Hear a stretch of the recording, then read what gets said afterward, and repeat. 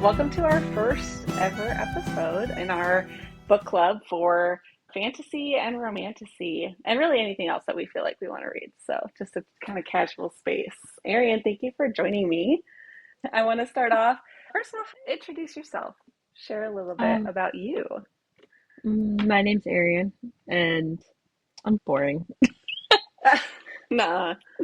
Yeah, I don't do stuff. I just go to work, and I like seeing all my nieces and nephews and my sisters. So Yeah, how many do you have? You have a lot. I have three sisters and a twin brother, and then I have one, two, three, four nieces, and one, two, three. Wait, hold on. One, two, three, four, five, six nephews. Yeah. I was gonna say, you have a lot now because I know I'm friends with your sister, and she has three now, right? All sisters have three. They each do. Yeah. Okay. They each do. There's one with all boys, one with two boys, one girl, and one with one girl, two boys. So I feel like that means that I'm gonna have three girls. Like that's Probably. how it's Yeah, it's going to supposed be to a be. girl house. That's okay. Yeah. We're girls here. I love that. Yeah, I come from a big family too. I also don't do much but work and am a mom, but I come from a big family. There's eight of us. And I think, I just realized a couple weeks ago, and I told my husband that, so on his side of the family, he is one of three. He's got two sisters and then himself.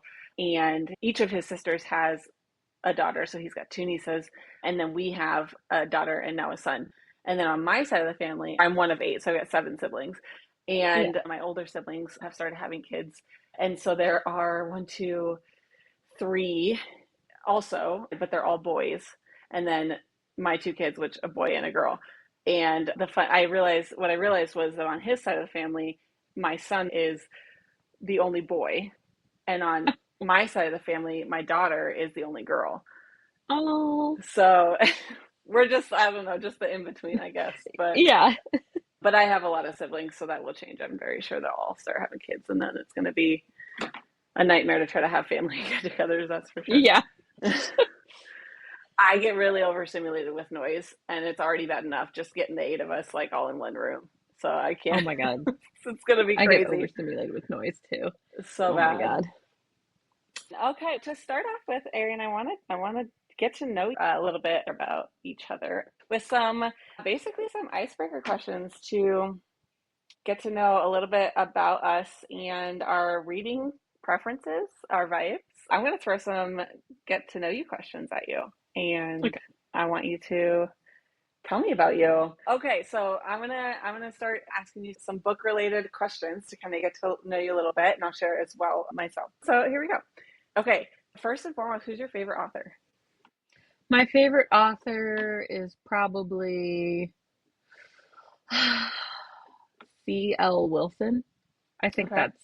that's what it is. It's all the Terrancel and Winst or minstrel minstrel. Is that the right word? Mages? Oh my God, I think I that's what don't it know is. this one. This is oh my God. Yeah, C.L. Wilson. She does like the Terrancel series, which is you love Fae and stuff like that. And Uh-huh. there's like a violet-eyed fairy Fae king, and he Oh, falls in love with a mortal. Oh, yeah, I didn't give anything quote away. unquote. Mortal. And then also they have the, I think is it minstrel? Why can't I think of words? Weather mages of Mistral. But like she Oh, has one that's the Winter King, then the Sea King, and there's supposed to be two more, but she hasn't come out with a book since like 2018. and She this takes a is all long. one series, or they're different? The Terrancel is all one. The Mince Weather Mages is a different series. Okay. Yeah. Yeah. So All she right. has, and she just started re-releasing the Terran Soul. I don't even know if I'm saying that right. Terran Soul series again with new covers, which is good. Oh, but also LJ Oh, Andrews. Oh my God, we love her. oh, wait, hang on. Uh, You can't steal sorry. mine. Sorry, it's so good. Okay, so then I'll get it's a nice segue right into my favorite author. Okay, so at first I thought it was a tie between LJ Andrews and Carissa Broadbent, But I think LJ Oh yeah. Andrews is just a little bit more. I'm obsessed. I love all her stuff. And yeah, is just Yes. now releasing new covers, which I am a physical book girly, as you can see, and she's over here. Very nice. But and so now I'm bummed because I'm like, I have to buy. So here's how my brain works. I'm like, I already have a physical copy of her book. And so I'm like, I have to buy the new cover, like re-release, obviously, because it's amazing. But what am I going to do with the other book? And I know most people just keep them and have multiple copies, but my brain is like, what? No. It doesn't do that. But yeah, LJ Andrews would be, I think, my favorite author. She is the author of the Broken Kingdom series, the Ever King series, and the fourth book in that one is supposed to be coming out soon, which I'm very excited for. And then Carissa Broadbent, of course, does the Serpent and the Wings Serpent, of Night, that series. And what is that? Crowns of Nyaxia, I believe. like that. Yeah. And then Yes. she also does that other one. Oh, the War of Lost Hearts. Yeah. Daughter of No Worlds. That's what it is. That's what it is. That would be probably, she's probably my very close second favorite author. Okay. Question number 2. Do you have a favorite book series that you've ever read? And you can't say the one you just said. Book series that I've ever read. Yes. It's a hard question. Like, maybe I'll go with one that's like I've liked since like I was in high school. It's called Angel Fall by Susan E. And it's about angels on Earth and like kind of the end of the world type deal. And I like that was like one of the first series that I ever like got added to the mail email list because I just really liked it. So that's one of my favorites. Yeah. I haven't heard of that one. Okay, so what is like your classic series? Like your classic, like Classics, the original series that kind of, I think we all had one. Mine was Hunger Games. classic series that I was into. You were a Potterhead, right? Yeah, but that didn't come till like later. I really liked Oh. Aragon. Oh, okay. Yep. Yeah, that was my favorite. Gosh, yeah, there was a Aragon, Harry Potter, Hunger Games, Percy Jackson, I feel like was what else? Is that I basically really, all of the like like, I think Twilight, another of course. Twilight, yeah. Another that I read around that time was like, it was called like Wicked Lovely by Melissa Marr, and it was like fairies and stuff like that too. And so I read a lot of that series Ah, as well. I haven't heard of that one either. You always know They're all good. of you always know all of the ones that I'm I like I feel like I'm more basic. Like I know a lot more of like the main titles that you see. But I love those hidden gem ones. I feel like you are just an endless knowledge of a little hidden gem. The books that are so good but they don't ever get the credit. Oh my God, I know. I'm glad to see the Daughter of No Worlds ones. See, Yes. I love seeing her get like popular. She definitely deserves it. Those books are so good. They are. Okay, what's the last book that you finished? The last book I finished, well, I have to look. This is why I love my Kindle because I'm a Kindle reader. I just love having it right up in front of my face. Are we talking like last actual book, like Okay, even the like the last quick ones, or like actual yeah. in-depth one? Yeah, I would say last book you finished, you start to finish, and then the last book that you DNF'd. So it can't be one that you didn't finish. I literally returned them immediately. So the last one I finished was called An Enchantment of Ravens. Okay. And it's about this uh girl. She has a craft which is like painting, and like the Fae enjoy the humans' crafts because they don't have that. And it's just like her story. And I really liked it because it was more like seeing more like the quirky habits of between humans and Fae, and they're just what the fuck? What are you doing? Like making it, you know how they're whenever you see stories, it's like don't drink the wine or else you'll dance for or something weird like that. Yeah, I don't know. It's just I'm like totally more of drinking the like, wine. yeah, same. You can't Like stop this me. one's more just like weird about it. The last one I DNF'd was, let's see. Oh, okay. So the last one I DNF'd, I'm just gonna download it again and see where I left off on it. Oh no, I had to return it because it was money. It was The Irresistible Urge to Fall for Your Enemy. And like, when I was reading it, it was like, you know how you make that mental story in your mind of what's happening? I Uh-huh. felt like they were the way that the talking was in it. Like, I didn't even get past meeting the first main character because it sounded like he was talking like I was standing outside of a wall listening to him talk. There was like, it wasn't like building imagery in my head. I was like, this is, no, I can't do this. So that, I DNF'd it after I think the first chapter, and I was like, this isn't for me, I think. Oh no. It was fucking weird. I don't know. Weird. That I sounds don't, weird. I'm so bad at explaining, but I was just like, I don't know who's talking, what's happening. Am I just confused? Oh, okay, so I was trying to think. I think the last book that I read, I think it was Lights Out. I was like, I'm gonna read a dark romance because it had been Mm, a minute. It was okay. love. It was okay. Like I know that was one that was like floating around TikTok, and that the second one had just come out. It was a little more like puppy doggy than I necessarily like. The male character was, sure, he was like dark and broody, and that's the whole like dark romance. They're into like dark things, but then he was, I don't know, he was a little too puppy doggy for me. And whatever, like if you're into that, but anyways, it was okay. I would say 3 stars. But I last book I DNF'd. I don't DNF books. I've yet, I should say, to DNF a book. I have FOMO, and I need to know how it ends, whether it's good or bad. And I always hold out hope that it will end well. I'm like, oh, maybe if I keep, maybe there will be like, oh, a big cliffhanger, and that will like make me want to read the second book. But like, Yeah. there, like the last book that I should have DNF'd was To Kill a Shadow. And the, yeah, I like trudged through the last half of that book, and I was like, maybe it'll get better. And it didn't. And I was so disappointed, but I had to I, know. I, I think I can't continue a story if I'm not vibing with it. And like, I'll keep some like and try to go back into it. But if I try like a few times and I'm still not getting into it, I'm like, okay, I can't do this return. Yeah. But I'm also the kind of book like book lover that's if I love this book, I'll read it. Sometimes I'll reread a book over and over again. Just I don't know. Yeah. Like Well, they're like okay. movies. Because I am also, until very recently, I am also not someone that can reread books. I don't know. Yeah, I have to finish it, but then I like usually can't reread. Even if it's a book that I really like. There was a series that it was like a Hades and Persephone retelling that was so good.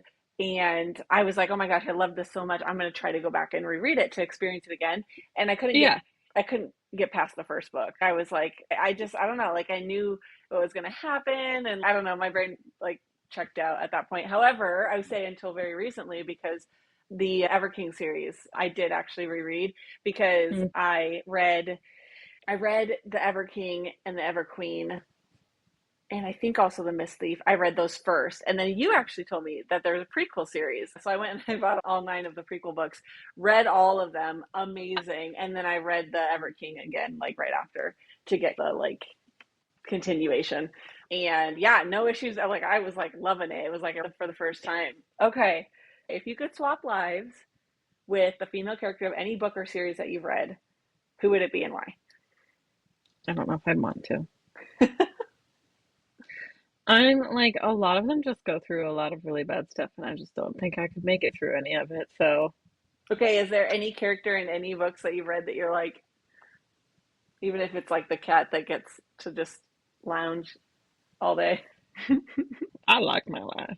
It's not like I'm amazing, content but to live here. And I'm all right with it. you don't want a Um, little action? I don't think my heart could take it. Maybe I'm boring. I don't know. Just like That's why also, you read books. but also I just think of I'm not like main character energy, so I just know if like I was put in, let's say, A Court of Thorns and Roses, and I was Farah, is that how you say her name? I have no clue. Yeah. The story would not have the same outcome being her. Like like all of the Fae You wouldn't have kings would shot just the be like, wolf, you because you no. just have stayed at home. Yeah, I'd be like, I'll plant the garden, Yeah. Elaine. I don't know if I could like maybe I could hunt for my family. I can do what needs to be done, but I also don't think I'm like her where the kings would fall in love with me and she's amazing. I've dreamt of her. They would Oh just be yeah, like, for sure. Yeah, me what either. about you? But I do have, I don't know if I would call it main character energy, but I definitely do have a, well, shit, I'll do it myself mindset. So, yeah, I feel like if me and my bum dad and my two sisters were starving in a cabin, I would just be like, all right, fuck it, I'll do it myself. I'll go out Yeah, and, but I don't know if I would make it past the beast like bursting through my cabin door. I'd be like, no, sorry. deceased. Yeah. My You can stopped. take my sister. Bye. Yeah, they are all mean to me. I don't care. Take them all. Yeah, I don't, yeah. I would probably get myself into the situation because I shot the wolf, but Yeah. I'd tap out at that point. So I don't know. If I had to swap, okay, my brain first goes to Oriah from the Serpent series, The Serpent and the Wings of Night, because she's a badass and she has wings, and that's pretty cool. But you're right, she goes through a lot of stuff. And when I was reading, I think the second book, I think I would have handled some of the thought processes differently that she had. So I wouldn't be the same, but I would like to switch places with her. But then my brain also went to Livia from The Ever King because I would love to just be plot me Yeah. into it is Fae, like Fae Realm meets Pirates of the Caribbean. And that's like Yeah. from as someone Mm, who was a pirates love girly it. growing up, I ate it all. So I would definitely like I swap me in there with Livia for sure. I think is it now that I'm thinking about it, Livia doesn't really go through too much hardship, right? She gets kidnapped, but she doesn't really, she's not ever uncomfortable. Her needs are all met, if you know what I mean. Yeah, that's Uh, true. so yeah, maybe her. I guess if I did have to be like a main character from anything, there's this cozy reader series of this hearth witch who like buys up a farm and she like makes bread and she has a cute little shop that she puts at the end of her farm and just like taking care of like small things around the house. If I make these things and give them to like what the sprites around, they'll help me gardening and I don't know, it's more of a cozy thing. So I'm like, I would be her. Yeah, yeah. I'll be a cozy witch. Yeah, that's right. That's how you do it. All right. Do you have a number one book boyfriend? Who's your favorite that has been written? Mm, my favorite. Okay, so if I had to choose book boyfriend, like I want to say, like, but we don't really know about him. Like, I love Asriel. Like, I really want to know his story. Mm-hmm. Yeah. Mm, nah, nah, nah. He's gonna But be nasty. I hope to yeah, God. yeah. Mm. My favorite is in Graceling by Christine Cashore or whatever. Like the main guy in it, his name is Poe, and they have graces where they have like their different like power or whatever it is. And his like he has like a gold and silver eye. Oh, And I don't know, he just like in I don't know, he's my favorite because he like just if his like character is like funny but also like kind and I don't he's yeah, just like one of my favorites that I like reading about. yeah, And that's one of the reasons I reread that book a lot. yeah. This is hard, but for a different reason. When I'm reading, I want the main male character to be like, I don't know, I want him to be like really dark and brooding. And even when like the female character like gets under his skin and then it becomes only you, I still want them to be like really dark and I don't know. But I think that a lot of times they get this goofy, like puppy dog type of personality after the like romance is established. And I do enjoy that. And I think in real life, I would like that. But I think for Yeah. some reason in my book life, I'm like, I want him to be just like this big, gruff, dark male character. I don't want to say Rhysand just because that's super basic, but I do think out of a lot of books, he's at the top there for that reason. But I think that my favorite right now is Kingfisher from Quicksilver because Oh, he is that like he does the enemies to lovers, but then he keeps the kind of I don't know rough personality instead of then turning into this goofball. I DNF'd that book. Yeah, I feel like that I makes me would. sad. I know I need to retry because I can hear everyone that they really like, and I'm like, okay, I'll give it a second shot.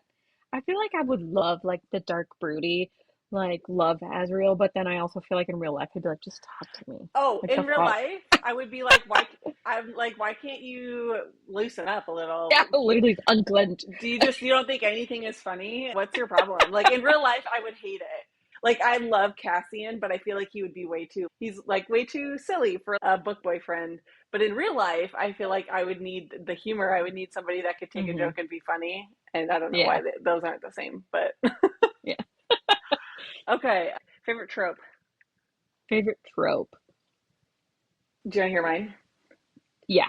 Okay, my favorite trope, I don't know if it has a name, but it's when the female character, through some magical means, ends up, call it magically intoxicated, and is like coming on to the main male character, and this is before they've gotten together. And so something magical makes her lust after him, and he has to stop himself. And it's because they haven't established any feelings yet, and he has to pull himself back. It's my favorite. Oh, I like that. I feel I like it happens think, all the time through like a million different means, but yeah. I love it how like in it happens in the Ever King when Livia gets Oh, this, not the yeah, side, yeah, the sea singer. He's singing yeah, and it makes her horny, and so then she starts yeah. like going after Eric, and Eric has to stop himself He's because he just like, wants to, oh, but he doesn't know he yeah, wants to. yeah. Yeah, that's mine. I think my favorite is, I like the enemies to lovers, but I think I really like more, like, they don't have to like super hate each other, but they definitely say some rude shit to each other. They like just bantering, fuck you, man, like Yeah. that kind of stuff. Like maybe like, what is it, mild contempt for each other to lovers or something. Is that Yeah, what it, yeah, I feel you. I think I've told you this in the past, but I'll say it here. I want enemies to lovers like where they're literally gonna murder each other, like they hate each other's guts until the moment that they're banging. That's what I yeah. want. I feel like it And always goes enemies to, oh, you're starting to grow on me, to lovers. And I'm like, no, I want them to be ready to like slit each other's throats until the moment that they're banging. like the Cruel Prince, where they pretty much still hate each other when they're together. But I like an haven't I read love that you, but one. I hate you way. Oh, that's good. That's good to know. I haven't read that one, but it's on my list for Oh, sure. you'll like that then. Hell yeah. It's so good. Okay, these next ones are going to be rapid fire, and some of them I think we've already touched on. But book or Kindle? Oh, Kindle. Okay, series or standalone? Standalone. Yeah, I feel like I should say I'm a book girly. I'm a physical, gotta have it, gotta add to my bookshelf. I think I'm a series person. I think I like when there's like enough story to continue a series, but I also say it can't go too long because then you lose the plot a bit. But then my favorite series is a 9 book series. Hard to See, say. and I love those, but I like because CL Wilson takes so long to come out with hers, and those are my favorite. I'd really like a standalone because I just like I don't want to wait. Don't Yeah, make me yeah, wait. that's true. Nothing's worse than like a cliffhanger and then it's 6 years later. Yeah, Okay, open door or closed door, if you had a preference. open open Yeah, door. yeah, same. Tell me all the things. I don't want to fade to black. I want to know Yeah. hero or villain. Oh, villain. Yeah, same. I'd love to meet a hero girly and have them tell me why. Because Yeah. it's never the hero, sorry. Although, okay, wait. No, it's still the villain. I was gonna say, I love it when they flip it, and usually it's like the female character, and you're from her point of view, and then the male character is the villain. But I love it when the Yeah. female character is the villain, and the male character is the hero. But then it would still be the villain for me. So we are currently reading and are going to be ranting about The Night and the Moth by Rachel Gillig. Will be covering content from chapters 1 through 9. So this episode from here on out will contain major spoilers for everything through chapter 9. If you want to avoid the spoilers, do not listen past this point. And of course, if you want to read along with us and join our discussion for this book and for any future books, consider joining our Bookmark Besties Book Club on our Patreon, following us on YouTube, Spotify, all the places that you listen to your podcast. Okay, Night and the Moth by Rachel Gillig, chapters 1 through 9. So I wrote notes as I was reading because I always like to look back and be like, oh, make little predictions as I read. And then, but there was quite a bit of stuff that changed in this as we read through it. So in the first chapter, really just getting the introduction, but we meet the six maidens, known as diviners, and we meet our protagonist, and her name is just six because they all are just numbered. What are your initial takeaways from the beginning before we really know what all is happening? So should I like more like towards the beginning, or can I go like into when they were her first like divination that she was Yeah, doing? yeah, let's do that because I think was that first or second chapter. We're just getting the basis and setting the groundwork. I think that first divination tells us what the heck is happening. Yeah, what are your thoughts? So when I was reading, the first thing I noticed was like during the divination, she was going through the different omens. This omen, this means this. And so then I just noticed, then you got to the fifth one, which was the Heartstone Weaver's Loomstone. And then you move on to the next one.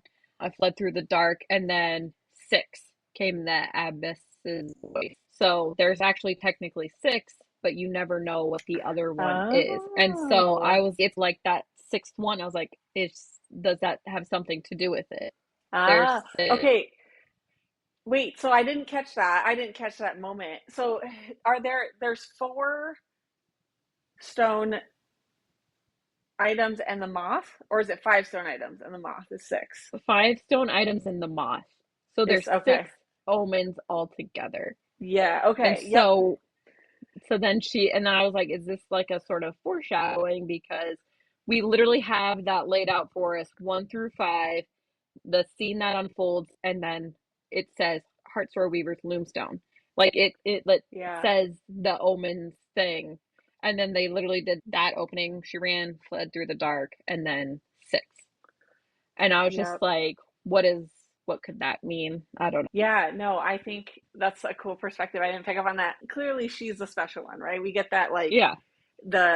we know that she's the main female character, so of course she's a special one, but we get that she's the abbess's favorite, she's the golden child. And yeah, there's mystery around this moth because it's not a stone object and nobody really had, I think they said nobody's ever seen it.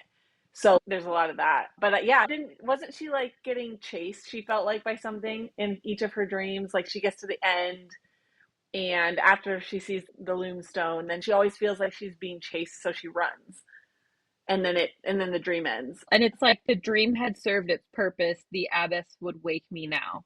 A noise sounded, footsteps in the dark. Clack, clack, right behind me I whirled, and there was Yeah. no one there. So, like, she always gets woken. She doesn't actually ever finish it. Oh. So what happens if she finishes her dream? I'm sure we'll find Yeah. out.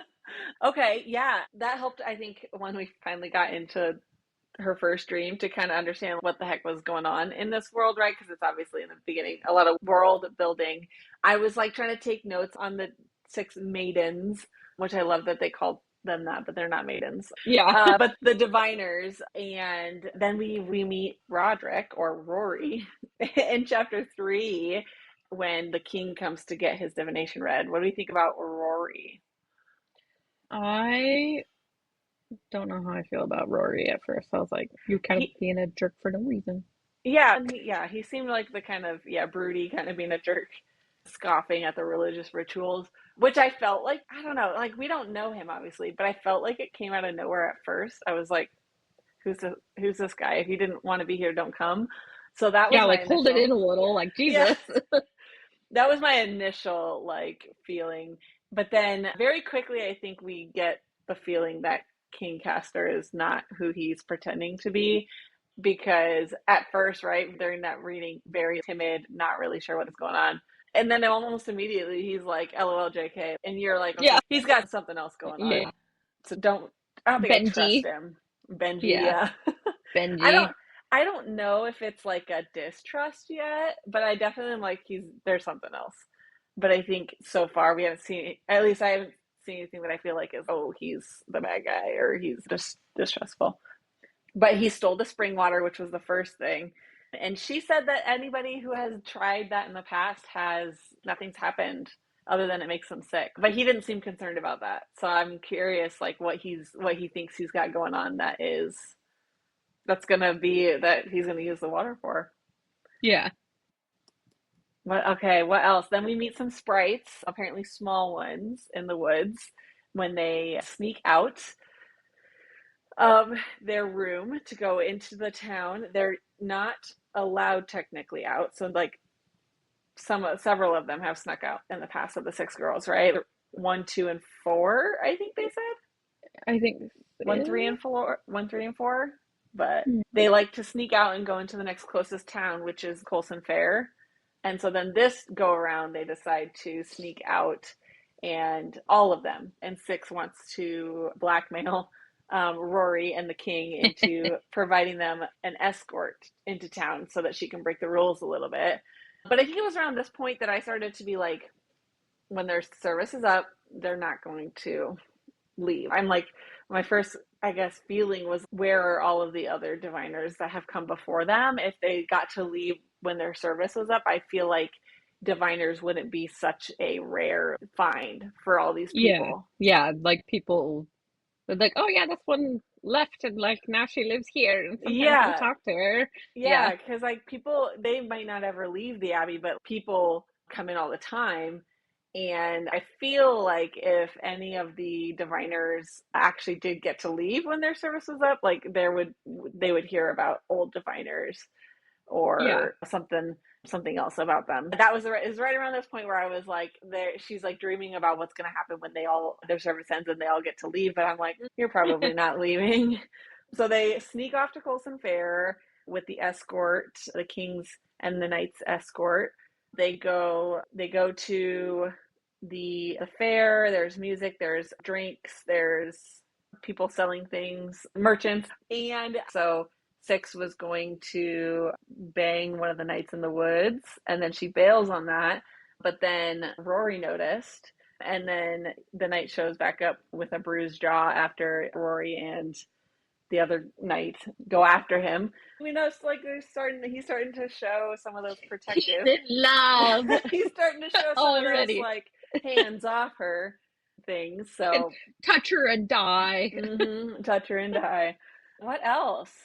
So this is the city of coins. This is the city. So am I right in understanding that these, like, each of the areas are like named after or built after each of these omens? So this is the I, city of the artful brigand, the coin guy. yeah, Okay. and wouldn't that mean that where they are, that's the sixth, right? Where they are The coin? is the sixth omen. No, like not at the fair where there is, but like where they stay in their. Oh, that. Is it called an abbey? I think I just said that. Oh, Ashland Cathedral. So yeah, so I'm looking, I just pulled up the map here at the beginning of the book. And yeah, I think it's, so there's Colson Fair, and we know that's the coin. And then there's, I'm going to mess these up, but Castle Luric, the sect, I don't know how you say that. Fervent Peaks, Petula Hall. So that's 1, 2, 3, 4, 5. Yeah, there's six. And we haven't gone to any of the other places yet, but yeah, it might mean that Ashland Cathedral is the place of the moth. But that's okay, we're skipping ahead a little bit, but that's what was in her vision, right? Yeah, Was that the cathedral was this final stone piece. So the night they went to the fair, there's a little debauchery, and they got a little bit intoxicated, and the diviners beat Rory in the King's Challenge. And because she beat him, he had to let her do a divination on him. And it was yeah. in that divination that she saw. That's where that vision was. So she saw the moth, and is that maybe what happens when she let her dream go on? But she didn't go through the normal five in that one. Yeah. Yeah, she didn't go through the normal five omens. She immediately just went into a different chamber and met the moth when Which, she drank Rory's blood. if every time the abbess holds her when she does them, I wonder if it has some sort of connection. And then the fact that the gargoyle did it. But yeah, and then the abbess, maybe because she's a mystery until when we get to the end of our reading for today. We find out that she's not exactly the good guy, but we don't see any of her face, and we don't know what ability she has. But yeah, very possible that if she touches her and it's her touch that kind of puts her into the trance, then is she putting her into the rooms with those five omens instead of just wherever she would land if she did it on her own? Yeah. Or Very there's just definitely interesting. something weird going on there. Yeah, yeah. Speaking of the gargoyle, I obsessed with love the him so gargoyle. much. I mean, Bartholomew. I know. I'm like, she just made him so cute, and I just want to wrap him up and take him with me, and that's what we're I doing know. apparently. So I just love the like how he speaks I and know everyone is like if I Bartholomew. was yeah, if I was beside myself, then I would have had someone to help me with the work. Like Yeah, I like know. that. He doesn't know human phrases, but he also so clearly, and I want maybe this happens later in the book, but as of this point, I want her to just sit him down and be like, "What do you mean? Tell me what happened," because he clearly knows. He's hinted majorly a couple times that he like knows what happens to these diviners and that clearly they're not okay. They don't come back. Like he said something about she said I could keep you, or she said you would stay, or something like that. I feel like he knows definitely more than he's said. And I want her to just be like, tell me what's going on. Tell me. And then let's see. Oh, then after their night on the town, she has her vision with Rory's blood, which has the moth, and it also shows the previous diviners, and they're all like in pain and broken and screaming. And so she's like, "Ooh, that's not good." So then she goes to the abbess, tells her about the dream, realizes that the abbess never actually addresses it, and then it was that night that the diviners started disappearing. I think wasn't it that one of them had already disappeared and she was Oh yeah, four was the and first one then to go. yeah, four was the first one to go and then she never said anything about the divination she had and then they started periodically disappearing and then I always thought it was always weird that that gargoyle was like told me I could keep you and you would stay here but the abbess said that she sent out her best gargoyles to look for the others Yeah, but I was just like or did you send them somewhere with one of them they get yeah. to keep them Yeah, if that's true. Like they each have their because this gargoyle, which we don't have, it doesn't have a name. It's just gargoyle. Oh, bat-like. It's the bat-like one, right? Because they all look like different animals. So this gargoyle it seems to really only hang out with her with six. So yeah, maybe they each kind of have their own that they're attached to, and they're clearly going somewhere. And I don't know if it's in physical body or in spirit, like they're being abducted in one way or another. But I'm sure we'll find out because then, after all five other diviners go missing and it is just six, the abbess clearly doesn't care, right? She's not, she's like, oh yeah, we're sending out a search party, but doesn't care otherwise, continues to just leave the cathedral open and people keep coming by. And then, what I thought was very interesting, and here's my first, I guess, theory. So, one, the night before she disappears, decides to remove her shroud and looks at her eyes in the mirror. And I feel like what she saw, because she's like, what's happened to us? And I feel like whatever going into the spring and having these visions with these omens is doing is like visible in their eyes. Like it's sucking the soul out of them or something like that because yeah she's sees something behind her shroud in her eyes that is not was not there 10 years ago when she put the shroud on and started her service. So I want to know what it is, but that's my theory. And then to go off of that, I think that like the abbess is that, but like in her whole face. And it's all of her skin, right? Because she's completely covered. yeah Um, and so, yeah, maybe she's like the original kid that was from the lore, the legend or something, but like she's been doing it for a long time. And also there's some sort of like life essence or soul or something that's like happening, I think, in here. And whatever it is, the abbess has like none left. And so I feel like that's why she keeps herself completely covered. yeah But then, right before the end of the reading, the last chapter, is Six's escape. Rory breaks into the cottage, and by breaks in, I mean appears just mysteriously in her cottage as she's trying to stay awake through the night because the previous night one disappeared and it was only her left.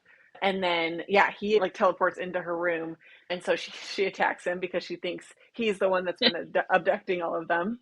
Come to find out that he's not involved, but he still can teleport. And we see that he has the Artful Brigand's coin somehow, or one that looks very much like it, but he has the omen and it's allowing him and her, if he like brings her with him, to teleport from place to place. And so he uses it to get her out of the cottage, and then she wants to go she has no belongings of her own, but she wants to take the chisel and hammer with her as her only belonging before she leaves. So he takes her to the shed to grab that, and that's where they encounter the abbess and the other gargoyles, and they have a standoff. The abbess basically is just like, stay. She says no, and so then the abbess is like, kill her or him or both. And that's where we leave off. They make it out Yeah. of the cathedral. That like gargoyle goes. And he comes with. Yes. And so now they're fleeing the cathedral, running from the abbess and her gargoyles with Rory, Six, and the bat-like gargoyle. And do we know where they're headed? I don't Did it remember. say? I don't know if it said. I don't remember. Did they just say where they were heading off to? Let's see. Taking her to the king. Oh yeah. And then the next chapter is the sect. I don't know if that's how you pronounce that, but that's perhaps where they're heading now. Which maybe that's ink because like the thing below is like ink, but ink and the persuasive quill can devise what is true. Yep. So yeah, very interesting. I will say I'm hooked. Like I want to know. There's just enough mystery about what the hell is happening here. I want to know what the magic system is. I want to know what the hell is going on with the abbess.